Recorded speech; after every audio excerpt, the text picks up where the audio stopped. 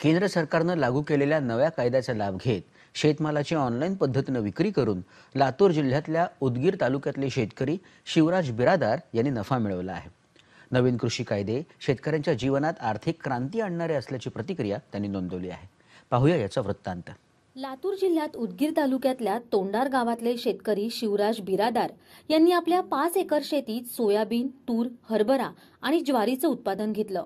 गेल्या 20 वर्षापासून बिरादार आपला शेतमाल बाजारपेठेत जाऊन विक्री करतात. मात्र यंदा त्यांनी केंद्र सरकारच्या नव्या कृषी कायद्याचा लाभ घेत आपलं सोयाबीनचं पीक स्टार ॲग्रो बाजारात ऑनलाईन पद्धतीनं विकलं. सोयाबीनचं पीक ऑनलाईन पद्धतीनं विकल्यामुळे त्यांना त्यांच्या सोयाबीनला योग्य भाव मिळाला. शिवाय माल विकल्यानंतर लगेच 3ऱ्या दिवशीच त्यांच्या बँक खात्यात पैसे जमा झाल्याचं बिरादार यांनी सांगितलं आहे. केंद्र शासनाच्या नवीन धोरणामुळे स्टार ॲग्रीला मी माल विकला आणि त्या ठिकाणी माझा सौदा झाला होता 4330 रुपये प्रमाणे माल विकला. माल माझा जवळपास 5 टन माल विकला सर. त्यामध्ये त्या माती डॅमेज पावसामुळं थोडं डॅमेज झालं होतं, तर मला 4283 रुपये भाव मिळाला. या अगोदर बाजारपेठेत शेतमालाच्या विक्रीचा भाव आणि त्याची प्रतवारी व्यापारी ठरवत. त्याशिवाय शेतमालाचे नमुने, कडता, चाळणी प्रक्रियेमुळे सोयाबीन वजनात कमी बसे.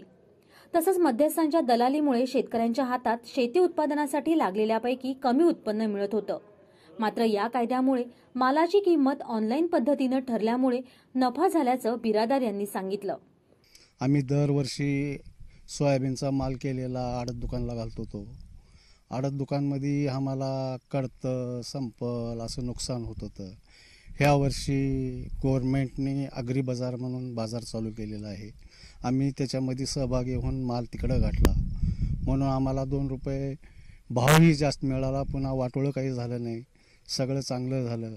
ही योजना काढून सरकारने आम्हाला एक संजीवनी योजना काढल्यासारखं झालं आणि ही योजना असंच राबत राहिली तर शेतकऱ्याचं कल्याण झाल्याशिवाय राहणार नाही.